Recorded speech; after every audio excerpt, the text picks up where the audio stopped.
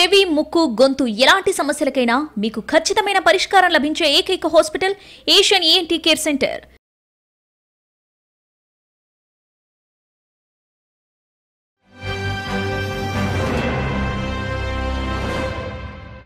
Welcome to 3 TV. ఈరోజు political డిబేట్లో మనతో ఉన్నారు సీనియర్ జర్నలిస్ట్ కృష్ణ సాయిరామ్ గారు. సార్ నమస్తే. సార్ నమస్తే సార్. రీసెంట్గా మనం చూసాం, ఈ తెలంగాణలో తిట్ల పురాణం ఒకటి స్టార్ట్ అయిపోయింది. ఒకళ్ళ మీద ఒకళ్ళు విరుచుకుపడుతున్నారు. ఇటు రేవంత్ రెడ్డి ఏమో కేసీఆర్ని తిడుతున్నారు, ఇటు కేటీఆర్ ఏమో వాటి కౌంటర్లు అవి కూడా తిట్ల రూపంలో రేవంత్ రెడ్డిని తిడుతున్నారు. అసలు ఈ పొజిషన్లో ఉన్న వాళ్ళు ఇలా ఒకళ్ళని ఒకళ్ళపై విరుచుకుపడడానికి కారణాలు ఏంటి? అసలు ఇది కరెక్టేనా? అసలు ఇదంతా ఏంటి, ఏం జరుగుతుంది?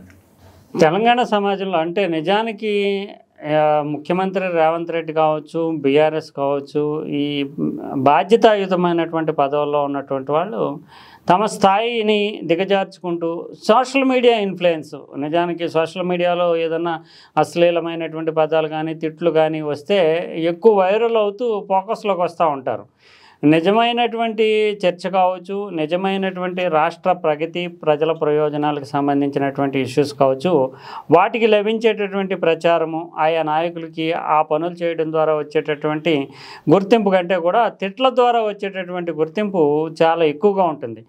ఆ ప్రచారాన్నే నాయకులు కోరుకుంటున్నట్లుగా అనిపిస్తుంది. అందుకనే ముఖ్యమంత్రి రేవంత్ రెడ్డి నిజానికి ఆయన ఆ స్థాయి అంటే కేసీఆర్ ఓడిపోయి ఉండొచ్చు, మాజీ ముఖ్యమంత్రి అయ్యి ఉండొచ్చు, అసెంబ్లీకి రాకపోయి ఉండొచ్చు, కానీ కేసీఆర్ తెలంగాణ సమాజంలో పోషించిన పాత్రను ఎవరు కూడా తక్కువ చేయలేరు.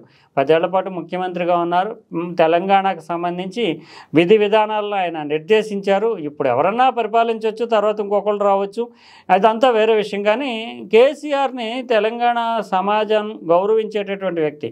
ఎన్నికల్లో ఓటమి గెలుపు అనేటటువంటి పక్కన పెడితే, కానీ రేవంత్ రెడ్డి ఆయన్ని ఉద్దేశించి డైరెక్ట్గానే స్టేచర్ అంటే దానికి కూడా ఒక రకంగా చెప్పాలంటే రేవంత్ రెడ్డికి ఒక ఆక్రోశం అందామా, డెస్పరేట్ అందామా, ఏదన్నా అనొచ్చు. ఎందుకంటే అసెంబ్లీకి కేసీఆర్ ఎందుకు రావటం లేదు అనే చర్చ జరిగినప్పుడు బీఆర్ఎస్ వర్గాలన్నీ కూడా ఒక విమర్శన చేస్తూ ఉన్నాయి. అంటే కేసీఆర్ స్టేచర్ వేరు, రేవంత్ రెడ్డి ఆ స్టేచర్ కాదు అంటూ ఆ బీఆర్ఎస్ వర్గాలు చెబుతున్నాయి. అంతేకాకుండా రేవంత్ రెడ్డి ఏదన్నా విమర్శ కానీ ఆరోపణ కానీ చేసినప్పుడు దానికి ప్రధాన ప్రతిపక్ష నాయకుడైనటువంటి కేసీఆర్ స్పందించడం లేదు. కేటీఆర్, హరీష్ రావే స్పందిస్తున్నారు. నీ స్థాయికి కేసీఆర్ కావాలా, మేము సరిపోతాం అనేటటువంటి ధోరణిలో కేటీఆర్ కానీ హరీష్ కానీ స్పందిస్తున్నారు తప్ప నిజానికి ముఖ్యమంత్రి, ప్రధాన ప్రతిపక్ష నాయకుడు ఇద్దరు కూడా పరస్పరం కౌంటర్ అండ్ రీకౌంటర్ కింద ఉంటారు. కానీ అలాగా బీఆర్ఎస్ చూపించడానికి ఇష్టపడట్లేదు.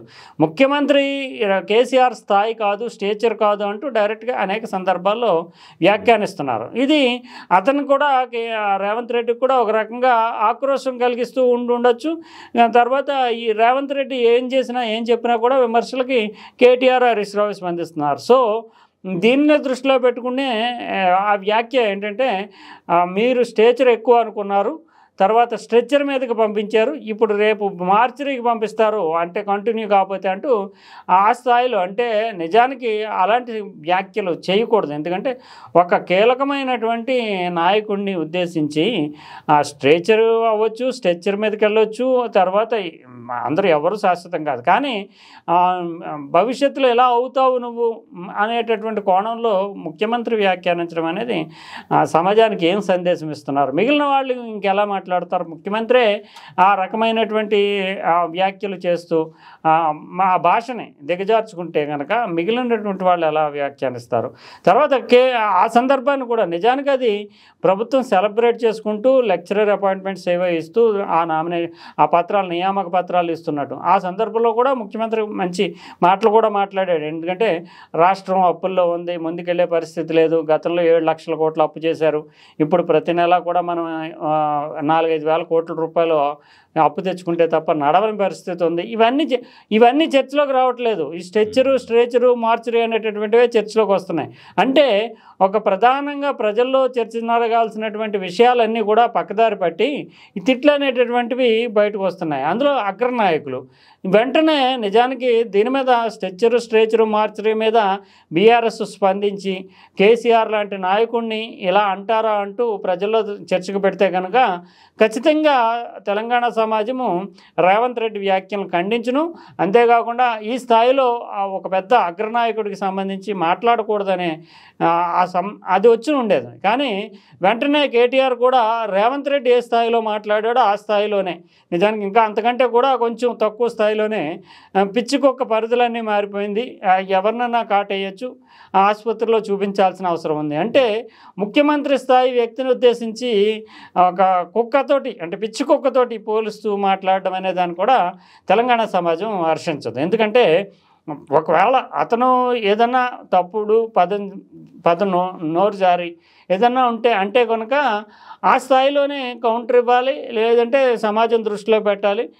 కానీ తాను కూడా ఆ స్థాయికి వచ్చేసి ముఖ్యమంత్రి అంటే డిజిగ్నేషన్ అది. నిజానికి రేవంత్ రెడ్డి అనే వ్యక్తి ఈ రోజున ఉండొచ్చు, రేపొద్దున ఇంకొకళ్ళు ఉండొచ్చు. కానీ ఆ స్థాయి పొజిషన్లో ఉన్నటువంటి వ్యక్తిని ఈ మ్యాడ్ డాగ్ ఒక పిచ్చికొక్కతో పోలుస్తూ వ్యాఖ్యానించడం అనేది, దానివల్ల బీఆర్ఎస్కి రావాల్సిన అడ్వాంటేజ్ కూడా పోయింది. ఎందుకంటే నువ్వు తిట్టించుకో అన్నట్లుగా ముఖ్యమంత్రి విమర్శించాడు, ప్రతి విమర్శ కేటీఆర్ చేశారు.